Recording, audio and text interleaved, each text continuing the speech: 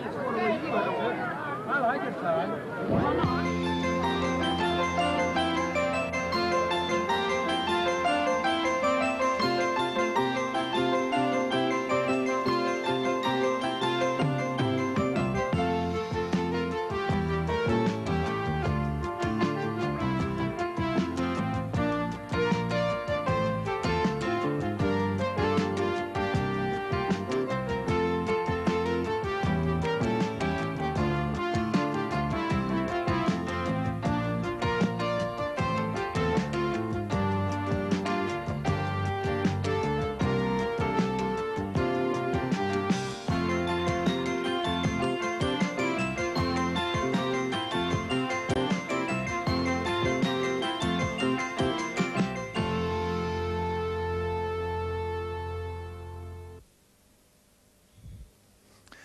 Bonjour les amis, je ne vous ai pas oublié, mais c'était en train de brûler dans ma cuisine. Je vous promets que nous avons préparé un numéro spécial de Coco et Clémentine dans le boulevard des enfants. Aujourd'hui, c'est la grande discussion. Clémentine ne sait pas ce qu'elle doit faire. Ou choisir la vie de Coco, son ami, ou choisir la vie de ses parents. Mais Coco lui est convaincu de ce qu'il dit. A-t-il raison? Je vous le laisse découvrir. Allez Clémentine, dépêche-toi. J'ai un nouveau jeu vidéo à la maison et maman est en train de préparer des gâteaux. J'ai très faim, dépêche-toi. Je suis impatient d'arriver à la maison. Vas-y tout seul, Coco. Je peux pas venir avec toi aujourd'hui. Mais pourquoi pas? Tu ne veux pas jouer avec moi? Tu n'as pas envie de manger des gâteaux? Mais oui, bien sûr. Mais j'ai promis à Madame Lebeau de faire sa vaisselle après l'école. Elle est malade et elle va vraiment pas bien. Mais enfin, Clémentine, pourquoi préfères-tu laver des assiettes dégoûtantes et collantes plutôt que de jouer avec moi? Eh bien... Eh bien quoi? Tu vas te moquer de moi si je te le dis. Non, je ne me moquerai pas de toi, je te le promets. Dis-moi pourquoi, allez, dis-le. Eh bien... Ma maman dit que lorsque l'on fait des choses utiles, c'est comme si on les faisait pour Dieu. Et je veux vraiment... Pour Dieu? Dieu n'a pas besoin qu'on fasse sa vaisselle. Tu m'avais promis que tu ne te moquerais pas de moi, Coco. Je sais. Mais tu n'es qu'une petite fille, Clémentine. Tu ne dois pas t'en faire pour des choses pareilles. Mais je veux vraiment servir Dieu. Oh, oublie ça, Clémentine. Attends d'être grande. Alors tu pourras faire quelque chose de spectaculaire. Moi, c'est ce que je vais faire. Je vais faire quelque chose de vraiment grandiose. Je vais devenir docteur et je vais découvrir le remède contre le cancer. Ou bien, je deviendrai un grand missionnaire et je sauverai le monde entier. Je ferai quelque chose de fantastique pour Dieu lorsque je serai grand. Mais maintenant, je rentre à la maison pour manger des gâteaux. Eh bien, je ne sais pas. Mon père dit que... Allez, Clémentine, viens donc avec moi.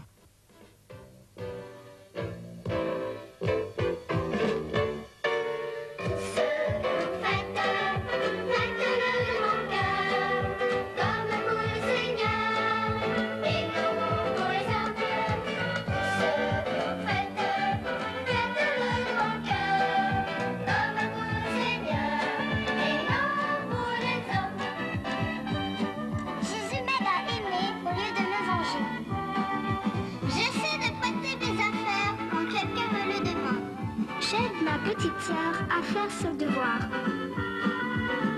Quand quelqu'un est tout seul, je lui demande s'il veut bien que je joue avec lui. Ce que vous faites, faites-le de bon cœur, comme pour le Seigneur, et non pour les amants.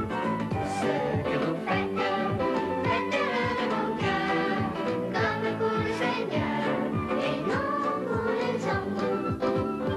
Quand je vois une personne âgée, je lui dis des gentillesses. J'aide maman à faire des commissions. Quand maman a besoin d'aide à la cuisine, je vais de bon cœur. J'aide papa à jardiner et à bêcher. J'apprends à ne pas rouspéter lorsque c'est à mon tour de faire la vaisselle.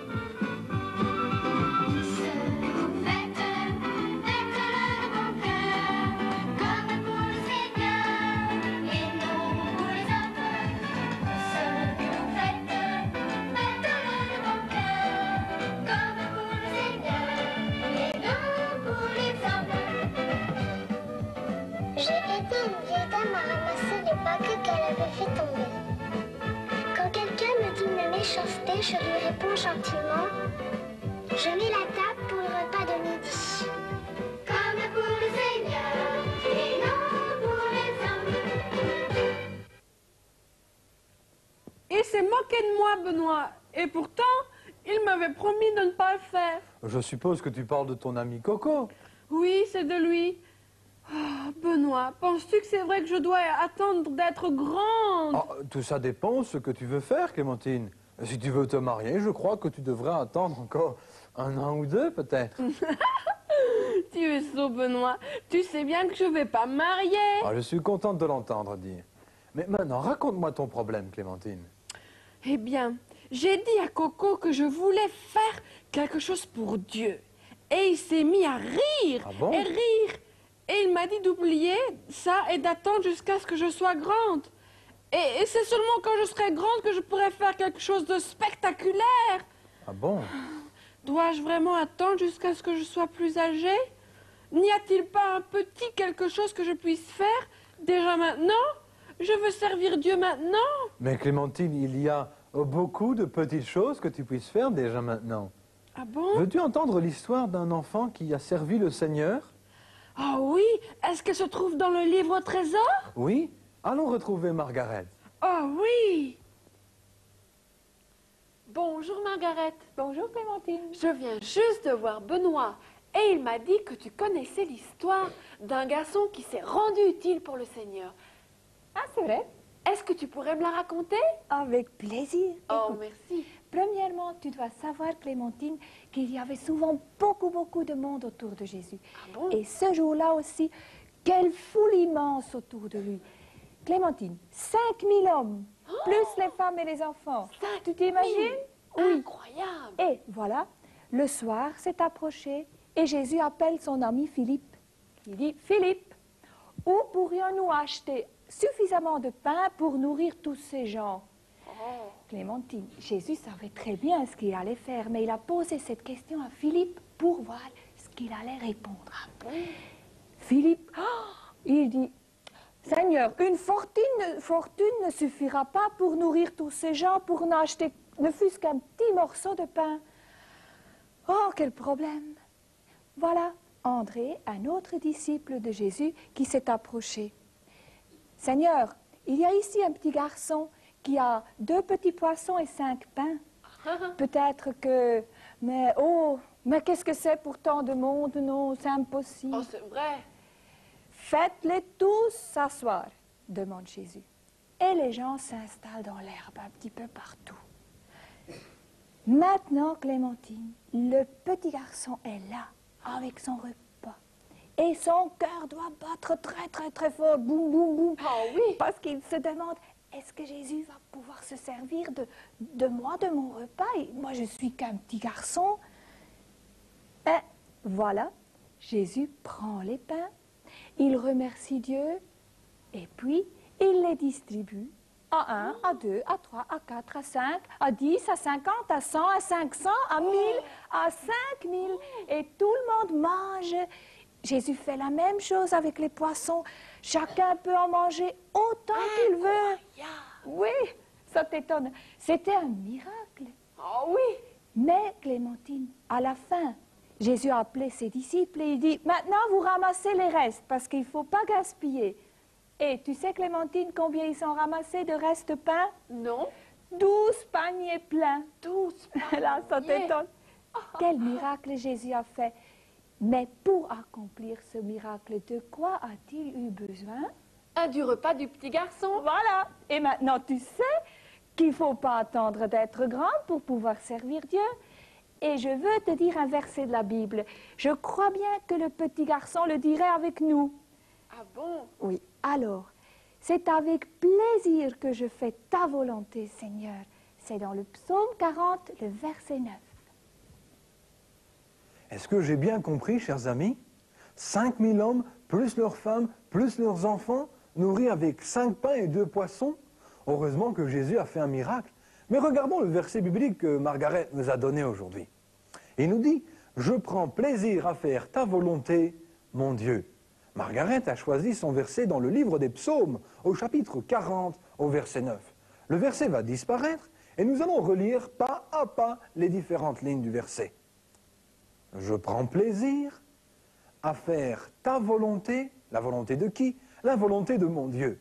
Et c'est un verset qui est tiré du livre des psaumes au chapitre 40 et au verset 9. Relisons une dernière fois le verset ensemble pour bien le mémoriser.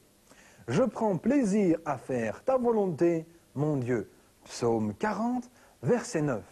Allons retrouver Coco, Clémentine et tous leurs amis. Ils sont à la recherche de nouvelles façons d'aimer et de servir Dieu. Passe-moi une Hey, je viens d'entendre la très belle histoire d'un petit garçon qui a donné son repas au Seigneur. Et moi, je sais pas, mais je pense que Jésus n'aimerait pas avoir mon repas, hein. Des sandwichs autant, vous pensez? Ça commence drôlement à sentir quand arrive l'heure de midi. Hein. Ouais, c'est dur d'imaginer Jésus en train de manger une tartine au chocolat. Ah, en plus d'un petit repas, c'est pas vraiment grand-chose.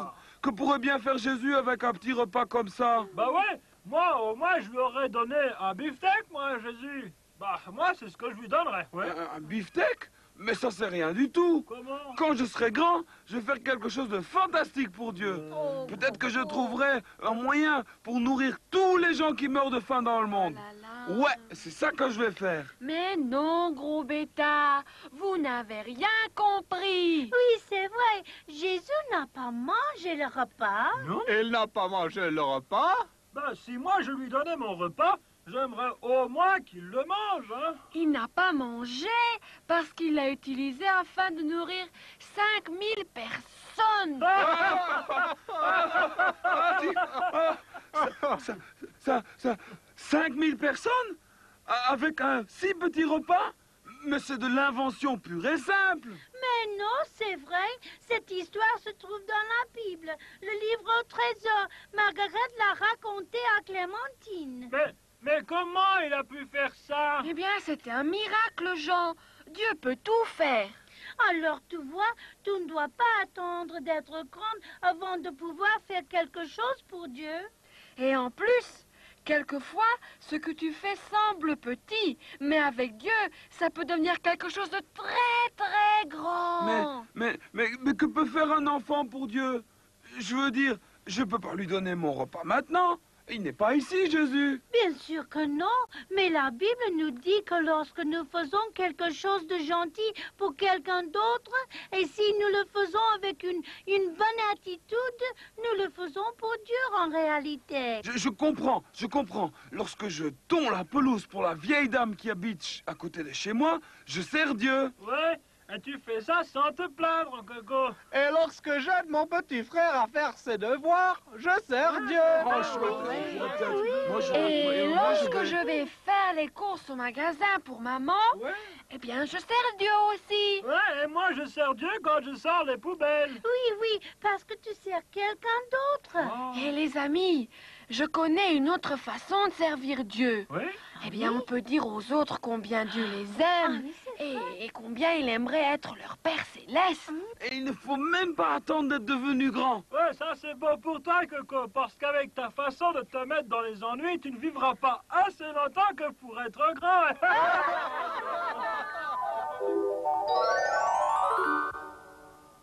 C'est quand même incroyable qu'un enfant puisse servir Dieu. Mais Coco, tu t'es moqué de moi lorsque... Oh oui, mais je ne comprenais pas, tu comprends? Et qu'en est-il de tous tes grands projets? Oh, eh bien, je voudrais quand même faire quelque chose de grandiose lorsque je serai grand. Oui, mais maintenant, ce qui compte, c'est que tu fasses les petites choses. Ça va être dur. Oh, je reconnais que parfois ce sera difficile, mais je veux me rappeler que lorsque je fais quelque chose de gentil pour quelqu'un d'autre, je sers Dieu. Et je suis heureuse que tu aies changé. En fait, ce qui est important, c'est que nous servions Dieu dès maintenant. Oh, c'est vrai, Clémentine.